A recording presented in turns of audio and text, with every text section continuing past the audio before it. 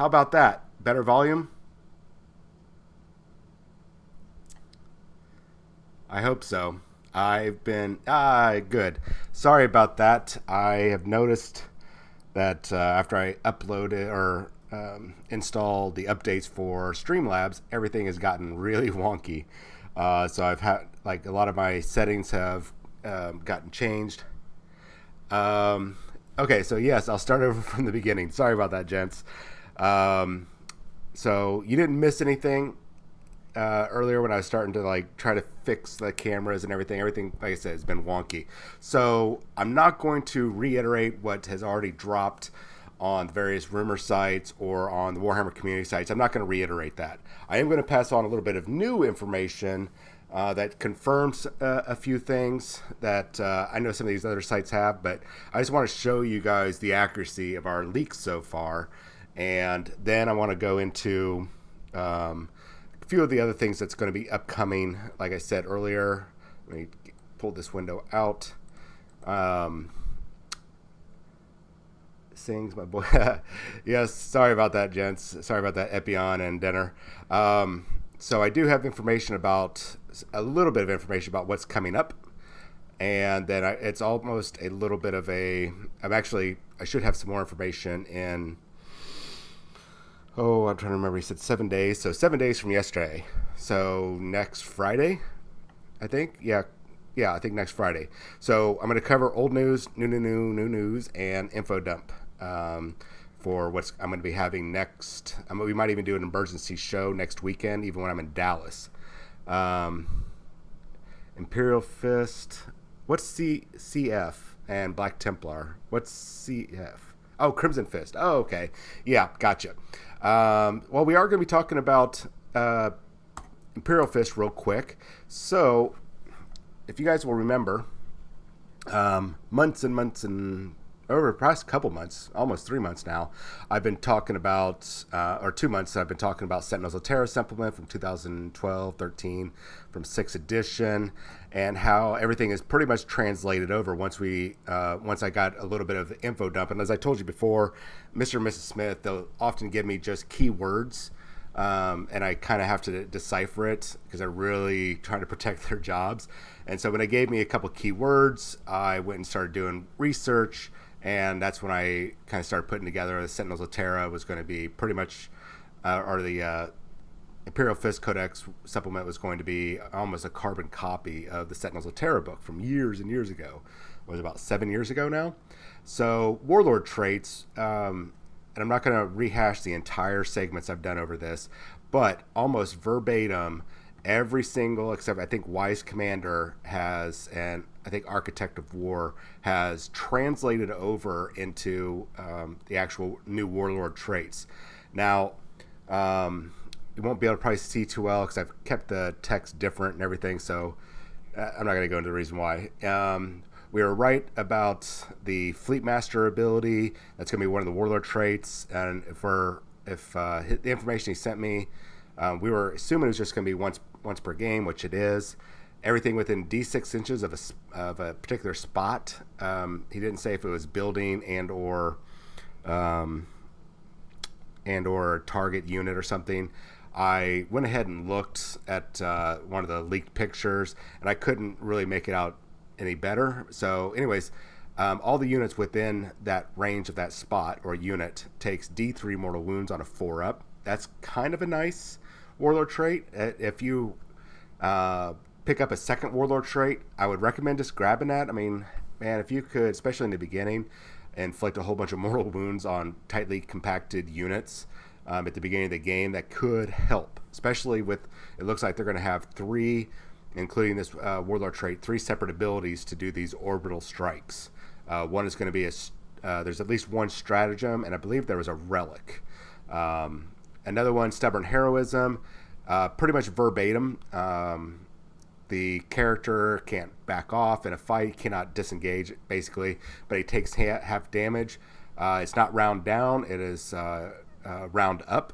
And we thought it was going to be half damage or reduce the damage by 1, but it is, they take half damage, round up. Pretty nice. You might be able to survive a little bit. I don't know if we'll see that all too often. That could be another one of those where you're like, I'll go ahead and slap it on this Smash Captain. It might help mitigate something. We'll see. Refusal to Die actually was a verbatim one. That's a Crimson Fist trait, and it's the same thing, just like the Warlord or from the White Dwarf, so nothing big there. Indomitable. Yes, I know I pronounced that wrong. Let me recorrect that. Rune rolls of 1, 2, or 3 that are unmodified are ignored regardless of any special ability. So that one, as a Warlord trait, I could see being taken, especially if you're running a Smash Captain, or if you're taking like and this, we might be seeing this, you're going to take a Captain, give him a jump pack, give him a Power Fist, upgrade the Power Fist to the Fist of Vengeance, which is essentially a Thunder Hammer for them, without the -1 to hit, and you're going to give him a Storm Shield. So cheaper than a Smash Captain. Even the old Smash Captain, I think it was still cheaper than him.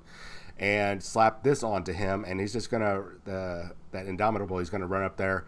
Pretty much, like I said, mitigate some of that damage he's going to be taking. If you combine it with the Stubborn Heroism, just for whatever reason, it's going to be very difficult to kill him. And then he's going to have that Power Fist. He's going to get, 5, 6 attacks on the charge, 7 attacks on the charge, I think, with that Power Fist. So that could conceivably, after a initial round of shooting, maybe drop a knight. Siege Master, bonus to wound rolls versus fortification vehicles. I mean, if you combine that with their Chapter Doctrine, that's going to be cool, because it's going to increase the chance that you're going to be able to start popping vehicles. What I don't know if that was, I think that was an aura ability. Architects of War looks to reduce any enemy weapon, or pretty much if it's an enemy weapon that's hitting you and it's got an AP of -1, you reduce that to 0, and it does stack. So if you have other abilities that, if you're getting hit with a weapon and if it's got a certain AP value, it does reduce it also. Hand of Dorn, which this is a weird one. I don't know why I call it Hand of Dorn, but if your enemy is battle forged, you get to roll D3, you gain that many command points. It's not command points back, you're just gaining those command points. It's like a bonus. Hey, guess what? Your general or your opponent, who's 90% of the time going to be running a battle forged army, and especially in meta or tournament games, yeah, you're going to get a bonus command points just for the hell of it. So that I could see being taken as well. Wise Commander did not get picked up, which is fine, because there was, I've already mentioned that before, that was a duplicate rule that was already, I think it's already in the regular Space Marine chapter, and there's just a much more efficient one if you have a Phobos Captain, where you can move up to 3 Phobos units. It's not the same thing, but close enough. So let me pop back over here to Sentinels of Terra. So as you can see, almost all those, the Siege Lord, Tenacious Opponent, Wise Commander, which is not in this one, Indomitable, Architect of War, and Fleet Commander all made it over. So I'm very happy that that information worked out. There's a blast from the past. Strength 10, AP 1, Ordnance 1, Barrage, Large Blast, Orbital. So pretty cool. I'm happy about the things. We're still waiting on a couple of the artifact or relics, but we know the Eye of Hypnoth is definitely one of them, and the Banner of Stagna. We know that those are both going to be relics. I took them out of my initial document. I wish I would not have cut and paste. That was a bad move on my part. I was just trying to be efficient when I am updating information. So kind of bad on my part, and I apologize. But we were already predicting that this Angel Sacrifice may or may not be taking. It's a Crozius weapon that if they die, if you're a casualty at the end of the close combat or before, until after, let's see here. Essentially, if you die during close combat, I think what they're going to do is just they're going to trim the fat on the words and the terminology. You're going to die. Your chaplain's going to die during combat, but at the end of combat, he can still fight before he's removed from the table. That's pretty much what's going to be happening. Is that worth it? I don't know. It'll depend on the rest of the stats, and are you going to be running librarians with Imperial Fists, or not librarians, but chaplains? We'll see. The Bones of Osark, that's the other one that we're waiting to hear back on. It used to generate an additional warp charge and reroll failed psychic test. We were pretty much looking at that one being Probably ignore ones on the dice roll, and you don't. Maybe you get to reroll the if you roll doubles or whatever. It's going to be, I think, a good one. It might even generate an extra psychic power or something, just to kind of beef it up. But it'll be something along that lines that you'll probably be able to ignore rolls of one whenever you're doing your casting ability, or whenever you're casting the power. And that stagnata, and I really wish I wouldn't have removed it, because I had the exact ruling, and I apologize for that. We might see the Spartian. That used to be Garadon's pistol. He doesn't have it anymore because he has a giant "I'm going to fist you, bro," and it's so we don't know what he's gonna have. That might be in, and it'll probably be like pistol 2. Well, this one ignores cover, and it's probably going to be a 2 damage pistol, AP probably -1 or -2, 2 damage pistol. It might be worth taking, or maybe one of those you give a special issue to a sergeant or something. That's just an awful lot of CP for something that you might get to use for 2 turns. So I don't expect too much out of that. But so far, the other things that we're looking at, I'm waiting for confirmation on, is a lot of these formation special abilities from, if you guys remember 6th and 7th edition, that started doing the formations, which now they're called special detachments, or whatever the exact terminology is. But this is where we're going to probably see the other stratagem for, or the first stratagem for another orbital strike. It'll probably be actually more efficient than the Warlord trait. Probably about 2 or 3 command points. And then there should be, I'm guessing, a relic that is going to. There used to be an old Space Marine relic that lets you do or an orbital strike once per game.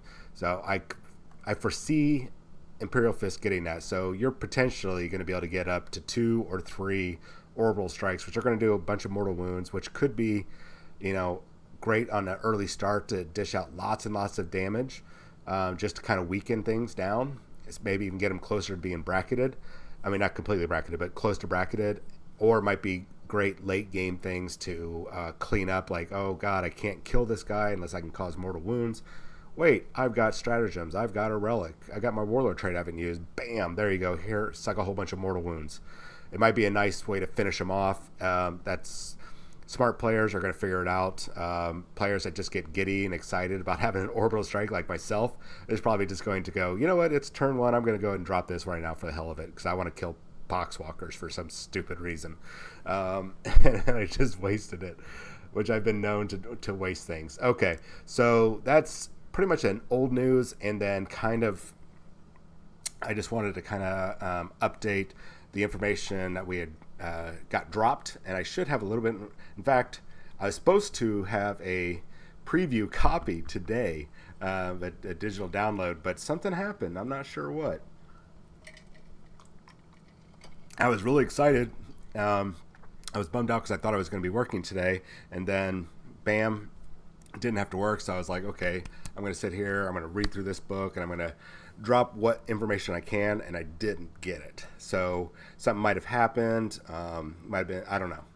I don't know if they had to go find like some internet cafe because they were being watched by MI6 or something like that, and they didn't want to get caught uploading top secret Warhammer 40,000 information, which I understand. You don't need James Bond coming beating on your door because you released a book on toy plastic soldiers and get a bullet to the head.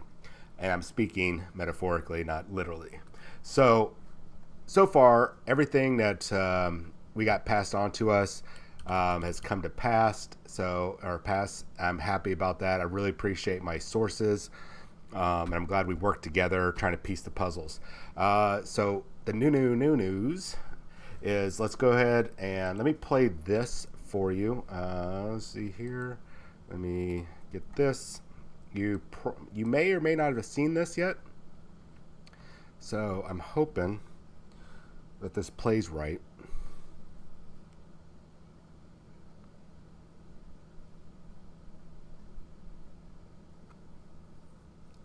I want you to concentrate. Look past this little part we're going to see with the Yanari, the Craft World Eldar, and Dark Eldar. And then, oh, here we go.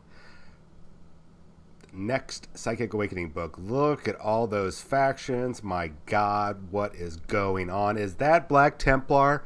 Hold a phone. Let's back it up here. Oh, man. That is a big thing. If you did not see this video, which has not been uploaded onto the Warhammer community page, I'm not going to scroll back through. I actually freeze framed this to see all the factions that are going to be involved in Psychic Awakening 2. So let me minimize this screen and let me pull up the Psychic Awakening page. And we had an update, Psychic Anomaly detected. That was the Phoenix Rising. So what is going on over here? Awfully close to Terra. It's in their backyard. So what information I have?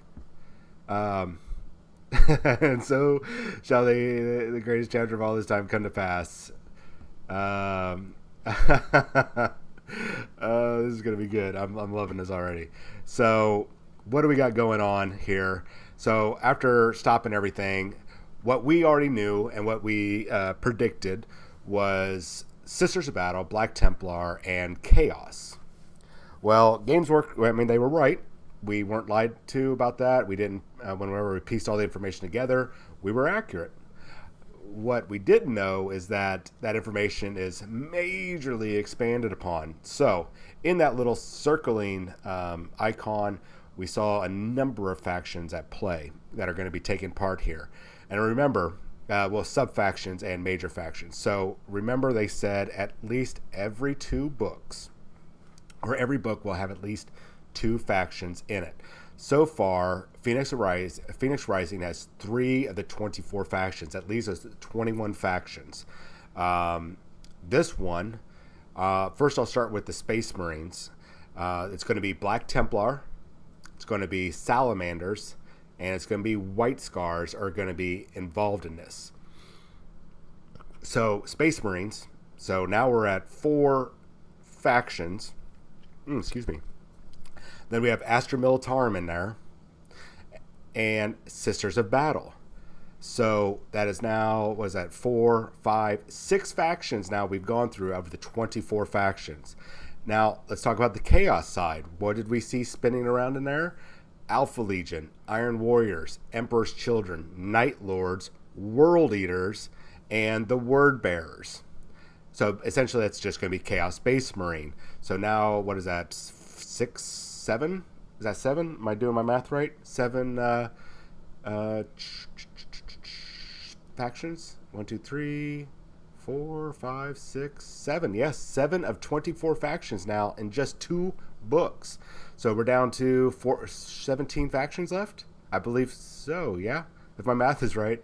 I haven't done Common Core math, so I'm assuming 7 minus 24 is 17. So, or an apple, whatever it is. So really cool about that. I'm really excited that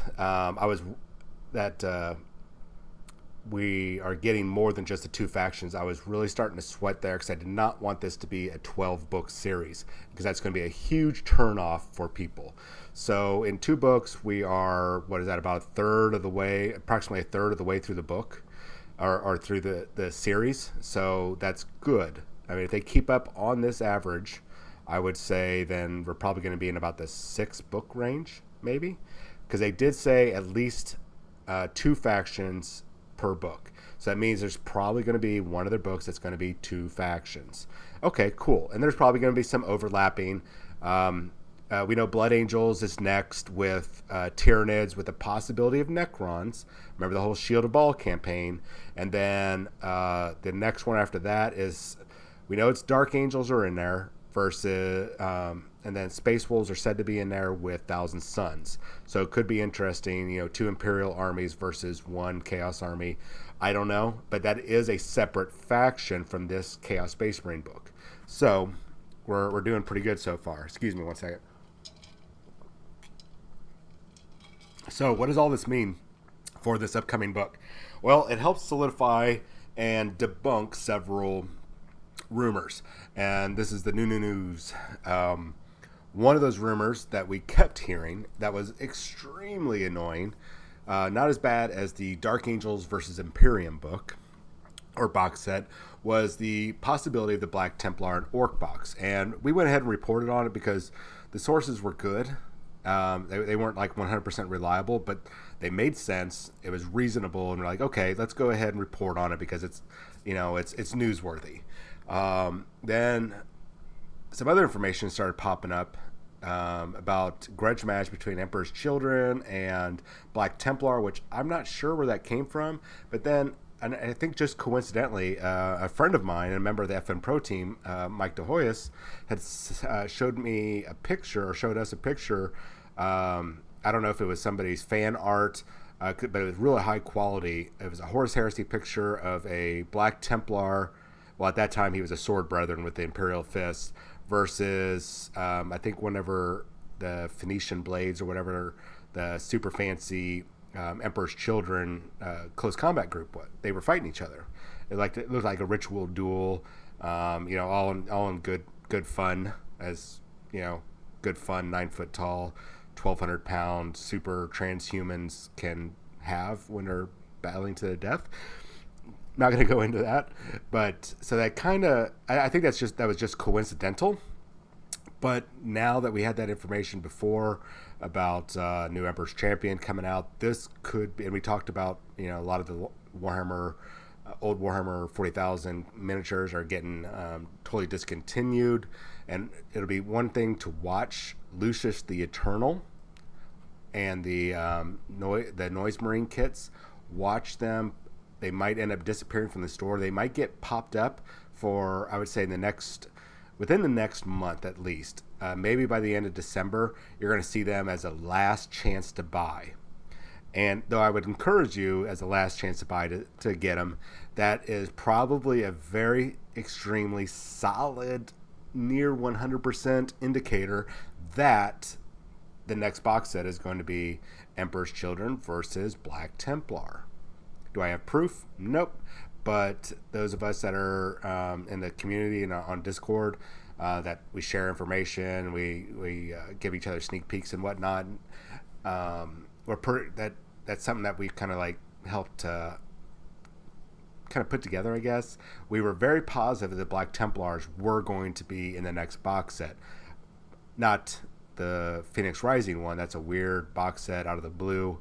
But this also is setting up, are they going to be, these box sets are, maybe not this Phoenix, Blood of the Phoenix, but other box sets are great selling points. And what a way to not only sell Primaris Marines and a new Primaris Emperor's Champion, but how to launch a brand new bit of models. And it'll be kind of like, if they do the new Emperor's Children models in there, it'll be their opportunity for them to sell boxes, and the rules will be updated for those units or whatever that's in there inside the Phoenix, or if not Phoenix, the Psychic Awakening 2 book, which is going to get you to buy that box because people love both of those. And if they're getting mini dexes, and so when I say mini dex, less than a Codex supplement, more than a White Dwarf. So you'll probably have about 3 to 6, I would imagine 3 Warlord traits, probably about 6 stratagems, 2 to 3 relics, and then units and characters, special units and characters, or updated units and characters. So we'll see how that works out. I'm speculating now, but imagine Primaris Space Marines forming a Crusader squad, and you're attaching neophytes or scouts to them. That's and then you give them close combat weapons, even just a chainsword and a bolter. Man, that squad is going to be brutal. You might be asking, why didn't they just put them in there? Well, this is a great way for Games Workshop to spread the love and over the release window or the release schedule, and helps our wallets and helps essentially their bottom line. When they have strong quarters, like, hey, let's go ahead and stretch this out, drop Black Templars in there. Yeah, we could have gave them their own supplement, but what if we do the release like this, and then when we go into our next edition and release our next codex years from now, we'll go ahead and just take all the Psychic Awakening stuff and start jamming them in everybody's new round of books. That is possibility what will happen, and we've seen that before. So I'm not saying that there's going to be a new Crusader squad with Primaris and Scouts. That would be really powerful if you think about it. 2 wound models with an extra ablative wound of a Scout. Like, hey, take the shot for me. Cool, get out of my way. And I mean that, and then them getting into close combat. That could be brutal. But we'll see. I don't know yet. I don't even know how they would transport that. There's lots of logistics involved with that, and that's just wish listing and speculating. But what we're not speculating about, or we know that Black Templar are going to be in there. Now, they'll probably feature a lot more than the Salamanders or White Scars, who might get a special detachments. Same thing with, I imagine Sisters of Battle and the Astra Militarum are going to get some special, like a special detachment that we saw like in the Vigilus book. I don't foresee anything big or major happening in those books. Maybe Sly Marbo might pop up in Astra Militarum from the Master. I don't know. We'll see. And who knows what's going to happen with all the others. They just might be involved in it story-wise, but there might not be any rules. But I suspect that there will be updated rules. Part of the reasoning is look at the Codex supplements that we just got. Think about it for a second. Think about the stratagems that all these supplements are getting. Let me take a drink. That's refreshing. Okay.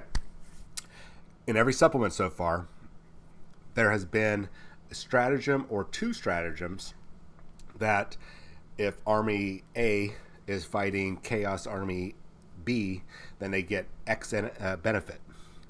We saw that with Imperial Fist will have one against Iron Warriors. Iron Hands have one against who were at the Drapsite Massacre. I can't remember all the ones at the 3 that turned against them at the Draps. Iron Hands versus Emperor's Children and a couple others. They have like 3 or 4 stratagems, Word Bearers and the Ultramarines. So that is setting up for the Chaos Legions. Be happy, Chaos Space Marine players. You're going to get some stratagems that are going to be counteracting or giving you benefits against these loyal chapters. So yay, everybody's going to be getting something in this book. Like they're going to be passing that love out like crazy. So the only people I really suspect will get brand new units is Black Templars and possibly Emperor's Children. Everybody else will get like special detachments or some special stratagems. That's going to be the extent of it. Now, as I said, the Black Templars are going to be getting a mini dex in there, it appears. Less than a full supplement, more than a White Dwarf. Okay, that's part of the information I got from Mrs. Smith. The other part of information she said includes character updates and new Emperor's Champion model. Primaris rumors still holding true, by the way, she says. And expect something big for, and I was just talking about this, for Emperor's Champion, or Emperor's Children or World Eaters. As in psychic and anti-psychic. We are talking about Psychic Awakening. And likely it's going to be, though, some, she put in question, or with a question mark, Emperor's Children, Black Templar Grudge, question mark. I'm looking through trying to find that. I thought there was a grudge initially against Emperor's Children, or the Black Templar and World Eaters, but that was actually, there was a friendly bond between Sigismund, which is the founder of the Black Templars, and who was actually, I don't want to tell you who killed him, and I thought he was actually killed by Karn, but that was not. They actually had a friendly rivalry. They're the only people, I think, that they're the only warriors that each other respected, maybe besides their Primarchs. So really cool about that. So I don't know about them Black Templar and Emperor's Children have a grudge match. I'm going to dig into that. I don't know, but that could, if this, and this is what her and I were talking about, going back and forth. If this Blood of the Phoenix and the Phoenix Rising is setting kind of the precedence for what's coming, then we're going to see this book. I haven't even cracked open my Phoenix Rising book yet, but I know there's a lot of material in it. Pretty much they said it's a codex worth of material. So probably about, tons of lore, and then probably about 40 pages of gaming material. So considering that we've got 4 full factions but 2, 4, 6, 8, 10, 11 sub factions. So four factions and 11 sub factions. Then this book is going to be chock full of stuff. I imagine, like I said, Black Templars are going to come out on top if everything holds true, what she has said, what we predicted, and Emperor's Children are probably going to have something in there. I wouldn't be surprised if they get a little more if this box set holds true. So maybe a new Lucius model, and like we just got Jane Czar, so new Emperor's Champion, new Lucius, the Eternal, and then maybe Black Templar will get a whole bunch of other units, or maybe they might just be losing those other units. I don't know, guys. Like the Sword Brethren and whatnot, because they do have a digital download. Now, and if that holds true, then we know that Phoenix Rising was basically set the template for what we're going to be getting. Lots of new abilities, and since we won't have to be putting in all these successor tactics or craft world or ability or attributes and cabal obsessions and all that, we don't have to include all that. That just means stratagems and detachments galore for everybody else. And then we just update Black Templars with a whole bunch of new information, new units, updated units, whatnot. So that part is very likely, same thing we kind of predicted already, very likely going to happen. As soon as we find out more, we'll let you know. We know that it is going to be coming up next. Now, put that aside as I start trying to wrap up here. I do have an info dump I'm going to have to give you guys before I sign off here. We take a look at, I don't know why I'm blocking over here. If we look at Blood of the Phoenix box set, and just like the Phoenix Rising book, if this holds true as it's setting the template, then in 3 months' time, which we already said probably around January, February, book 2 will drop. And that was about the same time frame for Vigilus 1 or Defiant, then Vigilus Ablaze. So we might be getting another box set come January, which is the end of their I think that's January I think is the end of their quarter 2, and then they go into quarter 3. Let's see, June, July, August, September, October, November. Oh, that's right in the middle of their third quarter. Yeah, because their quarter start in June, or their yearly starts in June. So yeah, January. Yeah, that would be their right in the middle of their third quarter, and that what a way to finish out third quarter, or go into fourth quarter. Yeah, it'd be right in the middle of third quarter. Regardless, I don't know. I'm starting to ramble now. That would be great. We just had a fantastic Christmas, and instead of that lull that they've had, if you look at their financials, that lull that they tend to see right after Christmas, after everybody just spent tons and tons and tons of money, you have this nice lull, or not nice. It's a bad lull for retail. You have that lull, but if you do a major release like this, the Psychic Awakening 2 and a box set featuring brand new models, a brand new Emperor's Champion with a whole bunch of Primaris Marines that, hey, yay, we already got Primaris Marines, but now we got these with Black Templar shoulder pads. We're so excited. And then brand new Lucius the Eternal and some new Noise Marines. And the only way you're going to get them is if you get this box set. And if you want these models separately, you're going to have to either buy that box, or you're going to have to wait about closer to 6 months for them to get an individual release, or whenever their codex is redone, and then they'll be like, hey, Chaos Space Marines or Emperor's Children, here's your brand new codex, and hey, look, we've got these awesome models that you've had to wait 6 months for, just like you guys are going to be waiting for Jane Czar, Drazar, the Incubi, and the Howling Banshees. When the Craft World Eldar book drops sometime next year, that's when you're going to get all your plastic models. So are they going to get that book? I think so.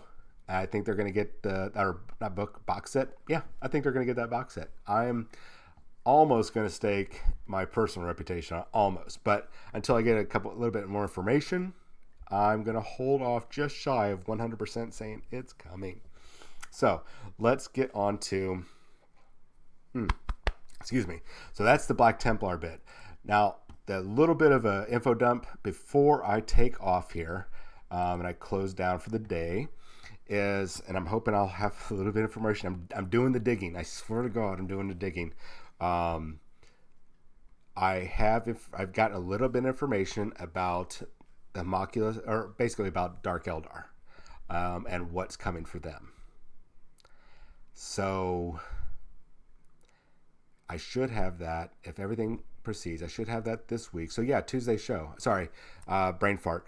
Tuesday show. We should have some Dark Eldar information coming about what we're going to be seeing pop up in the future. Yes, I know 100%, guys, that we just got Dark Eldar information, but you guys need to realize that they start these books around 18 months out, and that includes writing the story, writing the rules, creating new models, everything, artwork, everything, at least 18 months out. And then about 6 to 9 months out is when they start, they've already wrapped up, and they start building up their stock levels. And then about 3 to 4 months out is when they start doing little tiny sneak previews. So I'm going to tell you right now, those books are probably 100% ready to go, maybe getting final editing, and they're going to start getting those produced soon. So that means Dark Eldar if the information that I got leaked to me is true, before Craft Worlds, Dark Eldar are going to get the first of the codex, the Eldari, whatever you call them, codexes. And then Craft World, Harlequins maybe, and of course Ynnari getting their codex. Because if you don't think Ynnari are going to be getting their codex, their very own gorgeous codex with brand new models, not their character models, not the name characters, but their all their other special units and everything that is totally separate from the Dark Eldar, Harlequin, and Craft World line. You're wrong. You're wrong by about, I'm going to say 75-ish% wrong. So I'll have that information this week. If you see, watch for, if you right above me here, let's see here, right above here, the subscribe button. Make sure you hit subscribe, or follow, or whatever the little icons are to get notifications, because I will put it, or jump on our Facebook page and hit like and be one of our followers on our Facebook page for FMP Wargamers, because you'll get an alert that hey, we're going to be doing a show on Tuesday, and it'll tell you guys what the title is, and I will put on there Dark Eldar info dump, something along that lines. If I put DE or Dark Eldar, you know you got something good coming. So with that said, real quick, two quick things. First, thank you, Games Workshop, for putting out an FAQ for the Iron Hands. That has single-handedly disrupted the playing field of all these people jumping on. And I've gotten some in-person, and I'm still getting in-person and online or digital, I guess you call it, messages or talks about, they don't appreciate being bandwagoners or me calling them out on it or whatnot. Even though I said it's your hobby, cool, stick with your hobby. I just don't think you should be doing it, etc., back and forth. I try to take as neutral stance as possible, which was my opinion, not the opinion of FMP Wargamers, Atomic Hobby Shop, Games Workshop, or anybody else. Just my personal opinion. That FAQ really pushed away, I would say, about 60% of the playing field. They are instantly turned off. They don't want anything to involve with it, which shows you the caliber of player some of those people are, and the caliber of players who stood with it, the changes, the adjustments, and realized that it wasn't all that damning, wasn't all that bad. And they just tweaked their list. They, kind of streamlined it, which you do if you're playing at tournaments or even local play. And they're making it work. Just like our friend, or I'd say the top Ynnari player, at least here in Texas or Houston, Mike DeHoyas, he did that with Ynnari for 2 years. Every little change, every little punch he got, he made the change. And he adjusted fire where all the other little hanger-ons, the little followers would just like, oh, I can't play this anymore. It's not, God, I hate this term, OP enough, blah, blah, blah, blah, blah, cry.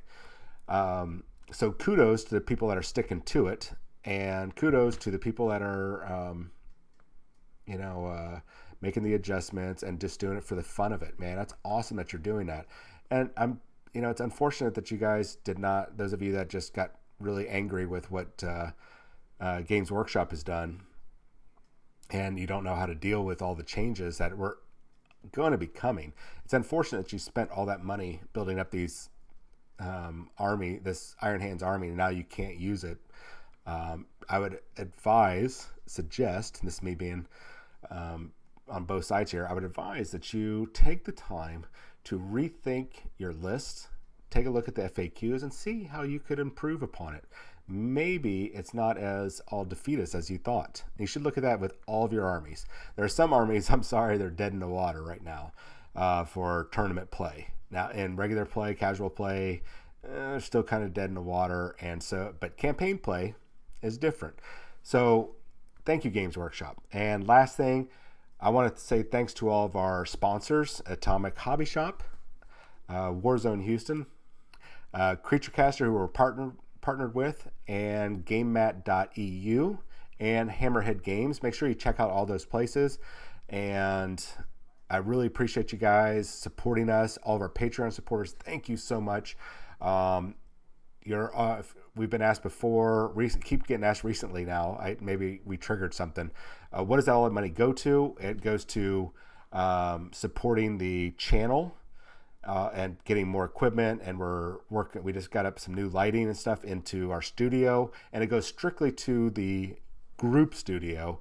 I've had people concerned are like, what are you doing with your studio, John? Well, my studio is a spare room, and I was just about ready. I'm getting ready to launch it, I should say.